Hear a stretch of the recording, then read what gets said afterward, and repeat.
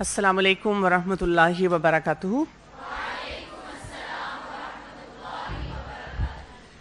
نحمدہ ونصلی علی رسولہ الکریم. اما بعد فاعوذ باللہ من الشیطان الرجیم. بسم اللہ الرحمن الرحیم. رب اشرح لی صدری ویسر لی امری واحلل عقدۃ من لسانی یفقہوا قولی. یہ جو سبجیکٹ ہم آج شروع کریں گے دوائی شافی، یہ مجھے کتاب بہت پسند ہے اور میں آپ کو اس کا تھوڑا سا بیک گراؤنڈ دینا چاہوں گی، کیونکہ ایک تو میں بچوں کو پڑھاتی رہی ہوں، ہمیشہ ماؤں سے ڈیل کرتی رہی ہوں، تو میرے پاس ہر وقت ٹوٹے ہوئے دل اور روتی ہوئی مائیں آتی تھیں کہ جی بچے بات نہیں سنتے، محبتیں ہو رہی ہیں. میں کیونکہ مختلف کالجز یونیورسٹیز میں بھی جاتی ہوں، وہاں پہ بھی پڑھاتی ہوں، تو وہاں پہ بھی یہ مسئلے ہوتے تھے. ہر وقت کوئی نہ کوئی پاس کھڑا ہوا ہے، رو رہا ہے. سوشل میڈیا پہ بھی ایسے میسیجز آ رہے ہیں. اچھا، میں نے یہ دیکھا کہ جس کو تو دین کی سمجھ نہیں ہے وہ تو یا آپ کو انکریج کرتا ہے یا کبھی کبھار کوئی ایسی جملے بول دیتا ہے. ایک ہوتا ہے نا سطحی سے جملے، گیٹ اوور ہم، چھوڑ دو اس کو، بیکار ہے. بھئی آپ کے دل میں اس کی محبت رچی بسی ہوئی ہے، آپ کیسے چھوڑ دیں؟ اچھا، پھر میں نے یہ نوٹ کرنا شروع کیا کہ جو دینی طبقہ ہے وہ بالکل ہی حلال حرام کے فتوے لگا رہا تھا. دیکھو یہ حرام ہے، محبت میں نہیں کچھ سمجھ آتی کہ حلال ہے یا حرام ہے. انسان اتنا اوور ویلمڈ ہوتا ہے کہ اس چیز سے نکل نہیں پاتا. تو یہ میرا ایک بہت بڑا مسئلہ ہوتا تھا. مجھے بھی سمجھ نہیں آتی تھی، لیکن میں کوشش کرتی تھی کہ کسی کو بھی ایسے جملے نہ بولوں. لیکن مجھے یہ نہیں پتا چلتا تھا کہ پھر کرنا کیا ہے. میں اس چیز کے لیے کافی پریشان رہتی تھی، سوچتی رہتی تھی کہ کیا کروں. تو کافی سال جب یہ میری جدوجہد رہی تو استاذہ نے اناؤنس کیا، میں فیڈ کی بلڈنگ میں تھے، کہ میں ایک کتاب شروع کروا رہی ہوں امام قیم ابن الجوزی کی دوائی شافی. لیکن جب ہم کلاس میں گئے اور پہلا انٹروڈکشن آیا، میں تو بس وہیں پہ ہکٹ ہو گئی. انٹروڈکشن کیا تھا کہ ایک شخص جس کو کسی سے محبت ہو گئی ہے، دل ٹوٹا، کوئی محبت میں ہی کوئی مسئلہ تھا، اس کی ہیلنگ نہیں ہو رہی تھی، ڈپریشن میں تھا، مینٹل ہیلتھ کا چیلنج بھی اس کو ساتھ ساتھ بہت بڑا تھا، اور اس نے اپنی طرف سے ہر کوشش کر لی، جو کچھ کر سکتا تھا وہ کرتا رہا، لیکن مسئلے حل نہیں ہو رہے تھے. اس پہ اس نے کیا کیا کہ کسی نے اس کو بتایا کہ آپ امام قیم ابن الجوزی کے پاس جائیں، بیکاز ایک تو وہ اسکالر، اوپر سے طبیب بھی، طب میں ان کی ایکسپرٹیز تھی کہ وہ بہت سے روحانی اور جسمانی مسئلوں کا علاج بھی کرتے تھے. تو جب اس شخص نے آ کر ان کو بتایا کہ آئی ایم سو ڈیسپریٹ، میں بہت کوشش کر رہا ہوں، میں اس مسئلے میں سے نکل نہیں پا رہا، تو امام قیم ابن الجوزی نے یہ کتاب لکھ دی. اس سے ہمیں یہ پتا چلتا ہے کہ اس چیز کا علاج ایسے نہیں ہے جیسے ہم کرتے ہیں. اس کا علاج کرنے کا ایک اور طریقہ ہے اور ہمیں وہ طریقہ صحیح سمجھنا چاہیے. خیر، جب میں نے فرسٹ ٹائم سنی اور ظاہر ہے بہت سے اسٹوڈنٹ نے سنی، استاذہ نے اس کو بہت براڈ بیس سے پڑھایا ہے. یعنی انہوں نے اس طرح پڑھایا ہے کہ آپ کو صرف پیار محبت کے مسئلے نہ سمجھ آئیں، اور طرح کے بھی بہت سے جو چیلنجز ہوتے ہیں ان کے جواب بھی ملیں. لیکن ہوا یہ کہ میں جب ڈفرینٹ کالجز وغیرہ میں جاتی تھی، یونیورسٹیز میں، تو میرے سامنے تو یہ فوکس مسئلہ آتا تھا. جہاں سے گزرو ایک آواز آتی تھی، چھن کرن ٹرن، کچھ نہ کوئی دل ٹوٹا ہوا ہے کسی کا، وہاں کوئی بیٹھا ہوا ہے. تو میں نے سوچا کیوں نہ میں وہاں پڑھاؤں. تو بہت سے اسٹوڈنٹس سے ہمارا، آپ سوچیں نا، جو میڈیکل کالج کے ہیں ان سے واسطہ پڑتا ہے، وہاں لڑکے بھی ہیں لڑکیاں بھی ہیں، ان کو پڑھانا ہوتا ہے. تو میں نے یہ کیا کہ جو تھرڈ ایئر تھی نا، تھرڈ ایئر تک تو لازمی محبت ہو گئی ہے. ویسے تو فرسٹ ایئر سے ہی اب شروع ہو جاتا ہے سلسلہ، لیکن مجھے ہوتا ہے چلیں فرسٹ ایئر میں ذرا سورہ البقرہ پڑھ لیں، تھوڑا سا قرآن کی بیس بن جائے. سیکنڈ ایئر میں ہم ان کو سورہ کہف پڑھا دیتے ہیں اور اس طرح کی صورتیں. تھرڈ ایئر تک تو ہے، بس وہاں پہ اب مسئلے شروع زیادہ سے زیادہ ہیں. اب یہ 114 چیپٹرز ہیں، استاذہ نے تو بہت ایکسٹینسولی پڑھائی ہے. اس کو میں نے کنسالیڈیٹ کیا اور میں نے فوکس کیا اسی مسئلے پہ. اس مسئلے کا حل جو پیار محبت ہے، اس سے بچنا، اس میں جو گھرے ہوئے لوگ ہیں اس کو نکالنا، اور ان کے مسئلوں کو کیسے حل کیا جائے، اس پہ ہم نے اس پہ کام کیا. الحمدللہ وہ میری کلاس کی تقریباً فل اٹینڈنس ہوتی تھی. بہت سی جو بچیاں ہمارے پاس یہاں آتی ہیں اسی سوسائٹی کا حصہ ہیں، یا وہ بھی ٹوٹے ہوئے دل کے ساتھ آ رہی ہیں. نمبر 1. نمبر 2، آ گئی ہیں, محبت نہیں چھوٹ رہی. اب یہاں آ کے سمجھ آ گیا قرآن پڑھتے پڑھتے کہ جس ریلیشن شپ میں ہوں وہ ٹھیک نہیں ہے, مجھے اسے چھوڑنا ہے. They don't know how. کچھ بچیاں تو اسی وجہ سے پڑھ نہیں پاتی, کچھ بچیاں اپنی انچارجز سے ڈسکس کرتی تھی, پھر نہیں سمجھ آتی تھی. کچھ بچیاں یا ایون لیڈیز بھی, جیسے دیکھیں آپ کی صرف حرام محبت تو نہیں, حلال محبت میں بھی بڑے مسئلے ہیں. منگنی ہوئی ٹوٹ گئی, شادی نہیں ہو رہی, ہسبینڈ ابیوزو ہے, دھوکہ دے دیا اس نے, ڈیورس ہو گئی, کسی کی ڈیتھ ہو گئی. یہ سارے محبت کے امتحان ہیں نا. اور پھر مینٹل ہیلتھ کے چیلنجز بھی دن بدن بڑھتے جا رہے ہیں. تو ہم نے یہ سوچا کہ کیوں نہ ہم اپنے اسٹوڈنٹس کو یہ پڑھائیں کتاب اچھی طرح. پلس ایک اور فیکٹر بھی ہے, آپ کا کوئی مسئلہ نہیں ہے, آپ نے اپنا مسئلہ حل کر لیا, لیکن آپ نے آگے جا کر دعوت کا کام کرنا ہے, ابلاغ کا کام کرنا ہے. اور وہاں پر بھی ایسی لڑکیاں بیٹھی ہوئی ہیں, ایسی خواتین بیٹھی ہوئی ہیں. اور اب تو مسائل اتنے الجھ چکے ہیں کہ آپ سوچ نہیں سکتے. میں نے پہلے تو صرف پیڈیاٹرکس کی ڈگری کی بھی تھی, اب کچھ عرصہ پہلے میں نے ایک لائف سٹائل میڈیسن کی ڈگری بھی کی, جس میں آپ کو ہیلدی لائف سٹائل بتاتے ہیں, تو اس میں میں کوچنگ کرتی ہوں. پلس میں نے ایڈکشن کے کورسز کیے ہوئے ہیں, پھر میں نے CBT سیکھی ہوئی ہے.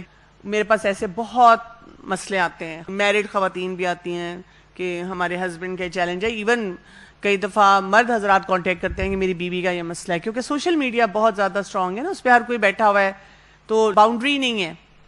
تو ہمیں اس مسئلے کو بہت اچھی طرح سمجھنا ہے کہ جب ہم باہر جائیں اور ہمارے سامنے ہماری فرینڈز ہیں, کزنز ہیں, ہم کالج میں ایڈمیشن لے رہے ہیں, ہم کہیں ہم سے کوئی بات کرتا ہے تو ہمیں ایگزیکٹ پتا ہو کہ کرنے کا کام کیا ہے, کیسے ان مسائل کو ہم نے ڈیل کرنا ہے.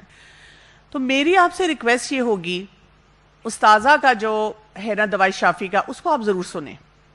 آئیڈیل یہ ہوگا کہ چاہے آپ کے اوپر پڑھائی کا جتنا بھی لوڈ ہو, میں تو کوئک کرواؤں گی, ہر سیشن میں تقریباً 7, 8, 10 چیپٹرز کور کروا دوں گی, چھوٹے چھوٹے چیپٹرز ہیں ویسے. لیکن اگر آپ استاذہ کا ڈیلی ایک ایک چیپٹر ساتھ ساتھ سنتے جائیں, یا ٹارگٹ رکھ لیں کہ میں نے ڈیلی ½ این آور دوائی شافی ساتھ ساتھ سننی ہے, تاکہ وہ براڈ بیس بھی آپ لیں. تو ٹارگٹ رکھ لیں کہ میں نے اپنا قرآن کا کورس ختم کرنے کے بعد پورا اس کو پڑھنا ہے, پراپرلی سننا ہے. میں نے بہت بچیوں کو شروع میں جب میں نے پڑھانا شروع کیا تھا, جب بھی مجھے کوئی سوشل میڈیا پہ کانٹیکٹ کرتی تھی اس مسئلے کے ساتھ, تو میں ان کو لنک بھیجتی تھی کہ آپ ڈاکٹر فرحت ہاشمی کا دوائی شافی سنیں. یہ کتاب بھی خرید لیں الہدا سے, آپ تحفے میں دیں یہ کتاب ایسی لڑکیوں کو کہ وہ پڑھیں اس کو, کیونکہ اس میں آپ کو گلٹ دیے بغیر سکھایا جا رہا ہے کہ آپ کیسے اس میں سے نکلے نا. ہمیں گلٹ بہت دیا جاتا ہے, اور اکثر لوگ کہتے ہیں میں نے جان کے تو نہیں محبت کی, ہو گئی, پتا تھا نہیں کرنا, امی ابو بچپن سے بتاتے ہیں لڑکوں سے بات نہیں کرنی, یہ غلط کام نہیں کرنے, اب ہو گیا, اب میں کیا کروں. نکالنے کے لیے کوئی جو ہے نا ہمیں وہ نہیں بتاتا, گلے سے نہیں لگاتا, پیار سے نہیں سمجھاتا, یوں دیکھتے ہیں اوپر سے نیچے تک, ہیں اچھا یہ تو بڑی اچھی لگتی تھی, اس کو یہ بھی کر رہی ہے یہ کام, استغفر اللہ استغفر اللہ. تو پھر ہم اپنے مسئلوں کو ملٹی پلائی کرتے ہیں. میرے لیے ایک بہت موٹیویشنل حدیث وہ تھی جب میں شروع میں الہدا آئی, جب میں نے پڑھی اس میں کہ ایک شخص زنا کر کے آ کے بھی آرام سے رسول اللہ صلی اللہ علیہ وسلم کو پوچھ لیتا ہے. ایک شخص اگر کوئی اپنا غلط کام نہیں چھوڑ پاتا, وہ سامنے کہہ دیتا ہے نہیں نہیں میں یہ نہیں کر سکتا, اور رسول اللہ صلی اللہ علیہ وسلم اس کو ایک اور آلٹرنیٹو دیتے ہیں. ہماری طرح پیچھے نہیں پڑتے کہ نہیں دیکھیں آپ کو تو یہ کرنا پڑے گا. اگر آپ نے پکے سچے مسلمان بننا ہے, ایسے تھوڑی ہوتا ہے.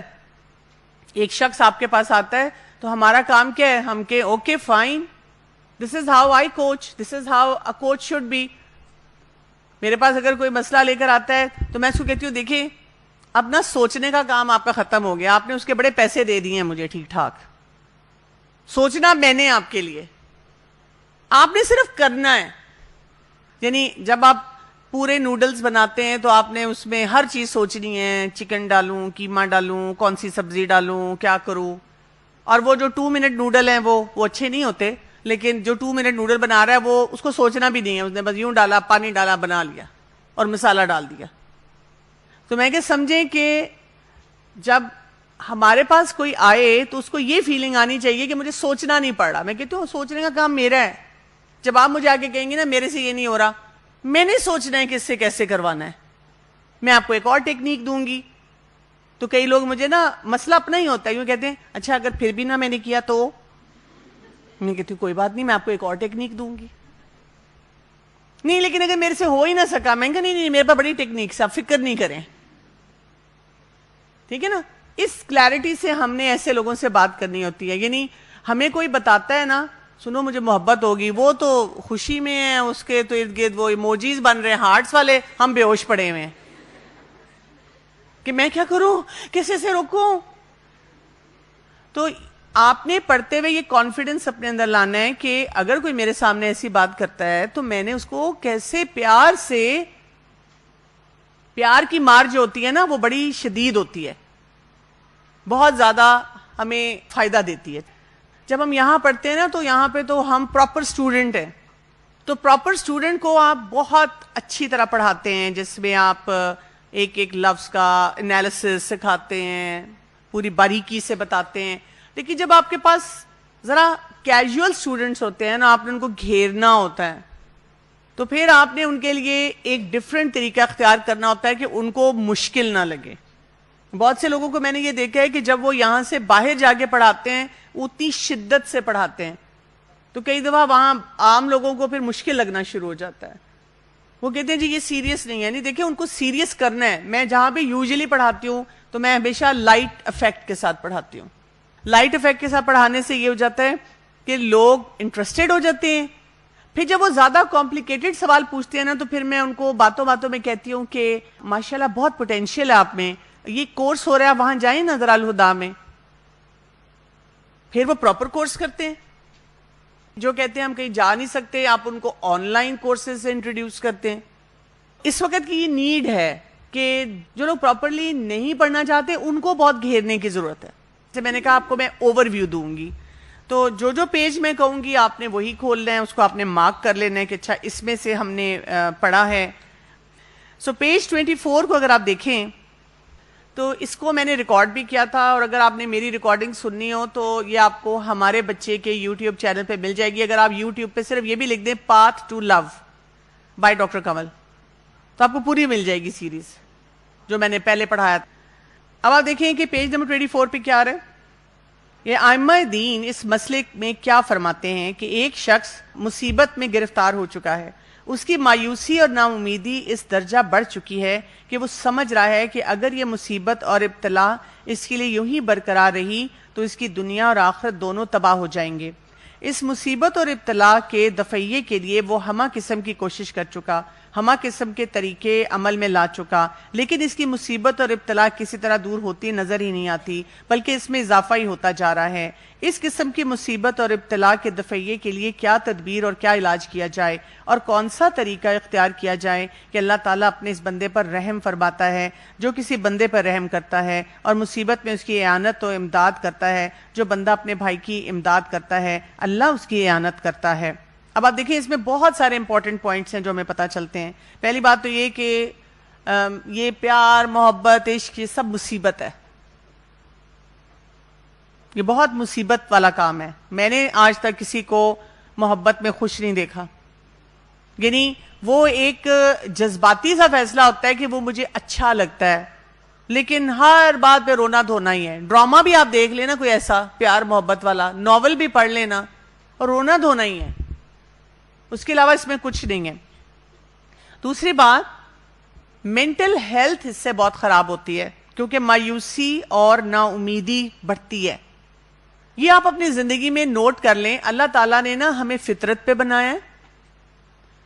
دوسرا, اللہ تعالیٰ نے ہمارے ارد گرد جو نظام بنایا, پورا نظام, کھانے کا, پینے کا, سونے کا, جاگنے کا, اپنے دماغ کو کیسے استعمال کرنا ہے, روحانی طور پہ اپنے آپ کو کیسے مضبوط کرنا ہے, جسمانی طور پہ, اگر آپ جس بیلنس سے بھی ہٹیں گے نا آپ کو یا فزیکل بیماری ہو جائے گی یا مینٹل بیماری ہو جائے گی. جتنی کرونک بیماریاں ہیں, blood pressure, sugar, heart disease, stroke, autoimmune disease, allergies, cancer, یہ جتنی بیماریاں ہیں جس کو ہوتی ہیں اس نے ان کے لیے خود دروازے کھولے. اس کا لائف سٹائل برا ہے, کچھ نہ کچھ وہ اپنی زندگی میں برا کر لے اس لیے بیماری آئی. جینیٹیکلی صرف 10 to 20% یہ بیماری آتی ہے, 80% ہم خود لے کر آتے ہیں. تو مایوسی اور نا امیدی تب بڑھتی ہے جب انسان غلط کام کرتا ہے. آپ صحیح کام کریں, آپ کو کبھی مایوسی نہیں ہوگی. سیٹ بیکس آتے ہیں, یا آپ صحیح کام بھی کر رہے ہو تو کبھی کبھی آپ کے مزاج کے مطابق کام نہیں ہوتے, آزمائشیں آتی ہیں, امتحان آتے ہیں. زندگی تو ہے ہی امتحان نا, اولاد کی طرف سے, ماں باپ کی طرف سے, رشتہ داروں کی طرف سے, صحت کے بھی آتے ہیں امتحان, تب بھی آتے ہیں. لیکن آپ تو صحیح کام کر رہے ہو, آپ غلط کام کریں گے تو آپ کے مسئلے بڑھیں گے. مینٹل ہیلتھ کے چیلنجز جو اس دور میں اتنے بڑھتے جا رہے ہیں یہ اسی وجہ سے ہیں. تو آپ کی لائف میں بیلنس ہوگا. میں آپ کو بتاؤں, مجھے کبھی کبھی ایسے بیٹھے بیٹھے تھکن اور ڈپریشن ہو رہا نا تو میں سوچتی ہوں کیا ہوا. ظاہر انسان پہلے صدقہ نکال دیتا ہے, دعائیں پڑھ لیتا ہے, استغفار کثرت سے کرتا ہے, پھر یاد آتا ہے اوہ ہو پانی نہیں آج زیادہ پیا. صرف پانی کی مقدار بڑھانے سے ڈپریشن کم ہونا شروع ہو جاتا ہے, طبیعت ایک دم بہتر ہو جاتی ہے, مزاج ٹھیک ہو جاتا ہے, چڑچڑا پن ختم ہو جاتا ہے. 2 دن اگر آپ وقت پہ نہیں سوئے یا نیند نہیں پوری کی, آپ دیکھیں ہم لوگوں کو کھانے کے لیے دوڑتے ہیں, سمجھ آئی؟ تو ان بیسکس کو ٹھیک کرنا بہت ضروری ہوتا ہے. پھر یہ کہ یہ دیکھیں, یہ بھی بڑی لاجیکل بات اس میں آئی ہے کہ کسی بھی شخص کو جب وہ اس طرح سٹک ہو جاتا ہے, یہ بات سمجھ آ جاتی ہے کہ میں تو ایٹ لاس ہو گیا ہوں, میرا تو دنیا اور آخرت تباہ ہو رہی ہے, مسئلہ ہو رہا ہے میری زندگی کے لیے, یہ تو میرے ساتھ بہت گڑبڑ ہے. سمجھ آ جاتی ہے انسان نے جب کوئی غلطی کی ہوتی ہے. پھر یہ کہ اس کو دور کرنے کے لیے انسان ہر طرح کی کوشش کرتا ہے, لیکن کیا ہو رہا ہوتا ہے جب آپ کوشش کر رہے ہیں, جب آپ صحیح ڈائریکشن میں کوشش کریں گے وہ چیز ٹھیک ہوگی, جب آپ غلط ڈائریکشن میں کوشش کریں گے وہ مسئلہ بڑھے گا. یہ بھی فارمولا یاد کر لیں. ہم کہتے ہیں نہیں میں نے سب کچھ کر لیا اور اب یہ نہیں ٹھیک ہو سکتا, لیکن یہاں پر ہمیں یہ بات سمجھنی ہے کہ کیونکہ ہم نے صحیح طریقہ نہیں اختیار کیا تو مسئلہ جو ہوتا ہے وہ حل نہیں ہوتا. اور ہمارا کام کیا ہے, جب ہم کسی ایسے انسان کو مشکل میں دیکھیں اس کی مدد کرنی چاہیے. لیکن مدد کون کرے گا؟ مدد وہ کرے جو خود ویل گراؤنڈیڈ ہو. میرے پاس اس طرح کے بھی بہت سے چیلنجز آتے ہیں, ماں باپ کئی دفعہ لاتے ہیں. مثلا جی میری بیٹی ہے, اس کو خود بہت انزائٹی ہوتی ہے, بہت ڈپریشن ہوتا ہے, اور اس کی 5 فرینڈز ہیں جو سوسائڈل بھی ہیں, ادھر کٹ لگا رہی ہیں ادھر کٹ لگا رہی ہیں, یا یہی محبتوں میں الجھی ہوئی ہیں, یا ماں باپ کے ساتھ ان کے تعلقات خراب ہیں. اور میری بیٹی کہتی ہے میں نا ان سے گھنٹہ بات کر کے ان کو ہیلپ کرتی ہوں. دیکھیں آپ خود اگر ویل چیئر پہ بیٹھے ہوئے ہیں, آپ کسی اور کو کیسے کہیں گے آؤ میں تمہیں اٹھا کے یہاں تک پہنچاتا ہوں؟ تو جب آپ کو لگے کہ آپ کا اپنا پرسنل چیلنج ہے اور آپ اس کو حل نہیں کر پا رہے, پہلے اپنے آپ کو کھڑا کریں, اس کو کسی اور ایکسپرٹ کے پاس بھیج دیں. تو کبھی بھی ایسے ذمہ داری نہ لیں جب آپ کے اوپر بوجھ آ رہا ہو, اپنے لیے مشکلات جو ہے بڑھائیں گے. تو امام قیم ابن الجوزی نے اس کے جواب میں ایک کتاب لکھ دی, دوائی شافی, 114 چیپٹرز. اور اب ہم اس کتاب کو دیکھیں تو پہلا میسج ہمیں پیج نمبر 27 پہ مل رہا ہے. سورہ بنی اسرائیل کی آیت نمبر 82 ہے, وَنُنَزِّلُ مِنَ الْقُرْآنِ مَا هُوَ شِفَاءٌ وَرَحْمَةٌ لِّلْمُؤْمِنِينَ وَلَا يَزِيدُ. اور یہ قرآن جو ہم نازل کرتے ہیں مومنوں کے لیے تو سراسر شفا اور رحمت ہے. تو پہلا ہمیں جو سلوشن بتا دیا گیا کلیئرٹی کے ساتھ, آپ کو کوئی بھی مسئلہ ہے, فزیکل ہیلتھ کا, مینٹل ہیلتھ کا, محبتوں کا, کہیں پہ بھی بیلنس آپ کی زندگی میں خراب ہے, سلوشن آپ کو قرآن سے مل رہا ہے. اسی لیے ہم دیکھتے ہیں کہ بہت سے جب آپ جو علماء ہیں یا دین پڑھانے والے لوگ ہیں ان کے پاس ہم جائیں کوئی مسئلہ لے کے, وہ کہتے ہیں تم ریگولر قرآن کلاس میں آؤ. آپ میں سے بہت سے لوگوں کے ساتھ ایسے ہوا ہوگا, لیٹس سے آپ کی مدر نے کورس کیا ہوا ہے یا اور کوئی آپ کی فیملی میں ہے, وہ آپ کو ہر بات پہ کہتے ہیں دیکھو اس کو ٹھیک کرنے کے لیے ادھر آؤ. ہم کہتے ہیں پتہ نہیں ان کا کیا مسئلہ ہے, ہر چیز میں قرآن کو لے آتے ہیں. تو ہمیں یہ کلیئرٹی ہونی چاہیے کہ قرآن میں اس مسئلے کا حل موجود ہے. اور اگر میں نے قرآن کے ساتھ اپنے اس تعلق کو مضبوط کر دیا تو مجھے یہ چیز مل جائے گی، شفا بھی ملے گی اور رحمت ملے گی، بونسز بہت سارے آئیں گے. سمجھ آگی؟ لیکن جو ظالم لوگ ہیں ان کے لیے کیا ہے؟ وَلَا يَزِيدُ الظَّالِمِينَ إِلَّا خَسَارًا. ظالم لوگ جو ہیں وہ خسارے میں رہیں گے. ظالم کون ہوتا ہے؟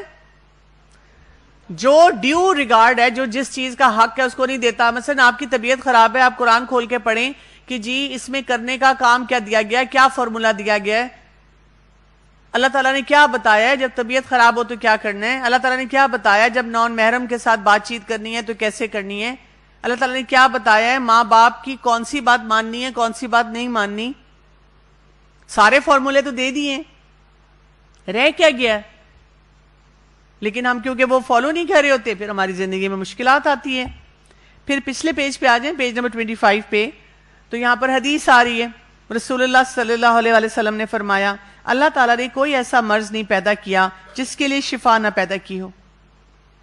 تو یہ بھی یاد رکھنا ہے کہ کوئی مرض لا علاج نہیں ہوتا. بہت سے لوگ اپنا علاج اسپیشلی جب وہ کسی مینٹل ہیلتھ میں ہوتے ہیں وہ اس لیے نہیں کراتے، وہ کہتے ہیں کہ بس اب تو ساری زندگی دوائیاں ہی کھانی ہیں. تو یہ بات یاد رکھیں، ہر مرض کا علاج موجود ہے، صرف آپ کا یہ دماغ درست ہونا چاہیے کہ میں یہ بات مانوں. جو لوگ بہت زیادہ پریشان ہوتے ہیں اپنے کسی مسئلے میں لیکن وہ یہ بات پہ یقین رکھتے ہیں اور وہ علاج کے لیے آتے ہیں، وہ صحت یاب ہوتے ہیں باذن اللہ. اور جو لوگ مانتے نہیں ہیں یا ان کے دل میں شک ہوتا ہے ان کو آرام نہیں آتا. کچھ لوگ ایسے کرتے ہیں جیسے کوئی مینٹل ہیلتھ کے چیلنج کے ساتھ اسپیشلی ہو نا، تو اگر کوئی ان کو سائیکائٹرسٹ کوئی میڈیسن بتاتا ہے تو وہ چھپ کے اس مریض کے کھانے میں ڈال دیتے ہیں کہ اس کو یہ دوائی دے دیں. آپ کو پتہ ہے اس کو آرام ہی نہیں آتا. میں نے جن کے ساتھ ٹریننگ کی ہے وہ ہمیشہ کہتے ہیں کہ اگر دوائی دینی پڑتی ہے تو آپ نے اس کو بتا کر کنونس کر کے دینا ہے، اور دوائی پہ صرف بھروسہ نہیں کرنا ہوتا، یہ یاد رکھیے گا. یعنی علاج کا بھی ہمیں طریقہ پتا ہونا چاہیے. میں آپ کو بتاؤں کہ میں نے جب شروع میں یہ حدیث پڑھی تھی تب میں ایک ٹپیکل ڈاکٹر تھی، تو میں بس یہی سوچا کرتی تھی کہ ہاں واقعی اینٹی بایوٹکس اس کے لیے بنے ہیں، اینٹی ڈپریسنٹس اس کے لیے بنے ہیں، اور ادویات جو مختلف قسم کی ہیں جو میں ایلوپیتھک پریکٹس کرتی ہوں تو وہ بنی ہیں. پھر میں نے جب قرآن پڑھنا شروع کیا تو مجھے سمجھ آئی کہ نہیں، بہت ساری ویرائٹیز ہیں. طب میں بھی بہت سی ایسی چیزیں ہیں جو طب تو ظاہر ہے رسول اللہ صلی اللہ علیہ وسلم کی جو اتھینٹک احادیث ہیں وہ تو پھر ہے ہی سب سے بڑی بات. اس کو تو ہم کہیں پہ بھی ڈسکارڈ ہی نہیں کر سکتے، کہہ ہی نہیں سکتے کہ نہیں نہیں نہیں نہیں آج کل کی سائنس سے زیادہ بہتر ہے. نہیں، طب اس پہ سپیریئر ہے. پھر مجھے یہ سمجھ آئی کہ جو بیماری ہے اللہ تعالیٰ نے اس کا علاج سب سے پہلا کس شکل میں اتارا ہے؟ طب کو ہم نے پریکٹس کرنا. پھر میں نے جب پڑھانا شروع کیا، ایک زمانے میں میں کورس میں یہ بھی پڑھایا کرتی تھی طب نبوی والا، تو جب میں وہ پڑھاتی تھی تو پھر میں نے تھوڑا تھوڑا ایلوپیتھک کو ایکسپلور کیا، پھر میں نے حکمت کو ایکسپلور کیا، پھر میں نے طب کی بھی دیکھا کہ کون سی صحیح احادیث ہیں کون سی ضعیف ہیں. تو پھر مجھے ایک اور لیول پہ یہ بات سمجھ آئی کہ اچھا نہیں، اور بھی فیلڈز ہیں. پہلے میرے پاس کوئی پیشنٹ آتا تھا اور وہ اگر مجھے بتاتا تھا کہ میں نے کوئی اور چیز استعمال کی ہے جو کہ ایلوپیتھک میڈیسن کی نہیں، تو میں خوب ڈانٹتی تھی ان کو. ہمیشہ اپنے آپ کو بتاتی ہوں اللہ نے اس کے لیے اس میں شفا رکھی ہوگی، کوئی حرام چیز تو نہیں ہے. کہتی ہوں ٹھیک ہے، آپ کو جو چیز ٹھیک لگتی ہے آپ اس کو استعمال کر لیں. اچھا اب ایک اور لیول آ گیا. میں نے جب لائف سٹائل میڈیسن پڑھی تو اس میں وہ کہتے ہیں کہ جی صرف ڈائٹ ٹھیک کرنے سے آپ کی مینٹل ہیلتھ کے جو مسئلے ختم ہو جاتے ہیں، اور ہر بیماری کے انہوں نے ڈفرینٹ ڈائٹس بتا دی ہیں. اگر آپ کو ڈپریشن ہے تو یہ کھانا ہے یہ نہیں کھانا، او سی ڈی ہے تو یہ کھانا ہے یہ نہیں کھانا. یعنی اب سائنسز اس حد تک آگے ایکسپلور کر رہی ہیں کہ کیا صرف ڈائٹ ٹھیک کرنے سے آپ کی بیماری ٹھیک ہو سکتی ہے. اور بہت سے ایکسپرٹس اس وقت موجود ہیں جو کہتے ہیں بالکل ہو سکتی ہے. اور میں جانتی ہوں ایسے کچھ ایکسپرٹس کو جو صرف ڈائٹ کے رد و بدل سے آپ کا علاج کرتے ہیں، کبھی کبھی ادویات دیتے ہیں. تو اب یہ والی حدیث ایک اور لیول پہ سمجھ آتی ہے. لیکن بات صرف یہ ہے کہ اللہ تعالیٰ نے ہر بیماری کے لیے علاج اتارا ہے. اور ہم نے اپنے آپ کو بیماریوں کے ساتھ, چاہے وہ فزیکل بیماری ہے, مینٹل ہیلتھ کی بیماری ہے, بیکار نہیں بنانا ہے. اگر آپ اپنے آپ کو بیکار بنائیں گے تو کیا ہوگا؟ آپ کے مسئلے کم ہوں گے یا بڑھیں گے؟ بڑھیں گے. اچھا, اب اس کے بعد جو چیپٹرز آ رہے ہیں اس میں ہمیں بتایا جا رہا ہے سب سے بہترین نسخہ کہ جی کرنے والا کام کیا ہے, کیا چیز ہے جس کو ہم نے سمجھنا ہے. اگر آپ چیپٹر نمبر 1 کو دیکھیں, یہاں پہ آ رہا ہے کہ جو دعا ہوتی ہے وہ کیا ہے؟ Weapon of the believer and best defence mechanism. دعا مومن کا ہتھیار ہے, دین کا ستون اور آسمان اور زمین کا نور. تو دعا جو ہے وہ کیا ہے؟ ہمارا ہتھیار ہے. یعنی جب آپ کسی بھی مسئلے میں گھریں گے تو پہلے کیا کریں گے؟ دعا. دعا. آپ خود گھرے ہوئے یا آپ کے ارد گرد کوئی بھی ہے پریشان ہے, کہتی کیا کروں مجھے سمجھ نہیں آ رہی, تو آپ اسے پہلا فارمولا یہ نہیں بتاتے دیکھو یہ حرام ہے اس کو چھوڑ دو. پہلا فارمولا کیا ہوگا؟ اللہ سے دعا کرو, اللہ سے دعا کرو. پہلے پیج 33 پہ ہمیں اب کچھ رول بتائے جا رہے ہیں, بیسک رول دعا کے بتائے جا رہے ہیں. پہلا رول کیا ہے؟ آپ نے دعا مانگی اور دعا جو آپ کا مسئلہ تھا نا, دعا اس سے زیادہ مضبوط تھی, تو کیا ہو جائے گا؟ آپ کا مسئلہ حل ہو جائے گا. دوسرا سچویشن, آپ دعائیں تو بہت مانگ رہے ہیں لیکن مسئلہ اس سے بھی بڑا ہے, تو کیا ہو جائے گا؟ کچھ فائدہ ہو جائے گا لیکن مکمل مسئلہ حل نہیں ہوگا. تیسری سچویشن, جتنا بڑا مسئلہ اتنی بڑی دعا, اب وہ ایک دوسرے سے مقابلہ کریں گے. اب آپ مجھے بتائیں کہ کیا ہم وہ جو مسئلہ ہوتا ہے محبتوں کا, مینٹل ہیلتھ کا, اس کو ناپ تول کر سکتے ہیں؟ ہاں یا نہ؟ نہیں کر سکتے. تو اس کا کیا مطلب ہے؟ یہ لاجک ہے جو کہ ہمیں دیا گیا. یعنی آپ کے پاس جب کوئی آئے گا نا مینٹل ہیلتھ کے چیلنج کے ساتھ اور آپ نے اس کو کہا, یا محبت کے چیلنج کے ساتھ آپ نے اس کو کہا تم دعا کرو, وہ 2 دن بعد آپ کے پاس آئی, میں نے بڑی دعائیں کی, کوئی فائدہ نہیں ہوا, تو آپ اس کو یہ فارمولا بتائیں گے. آپ اس کو کہیں گے اچھا دیکھو پاسبلٹی یہ کہ تمہارا مسئلہ بہت بڑا ہے, وہ لڑکے کی اماں نہیں نا مان رہی, بڑی سخت ہیں, یا تمہارے گھر والے برادری میں ہی کرنا چاہتے ہیں نا, چچا کے بیٹے سے, پھپھو کے بیٹے سے, مسئلہ تو بڑا ہے. اب اس کے دل کو لگتی ہے بات, وہ کہتی ہے ہاں مسئلہ بہت بڑا ہے, تو آپ کہتی ہیں اور دعا مانگو.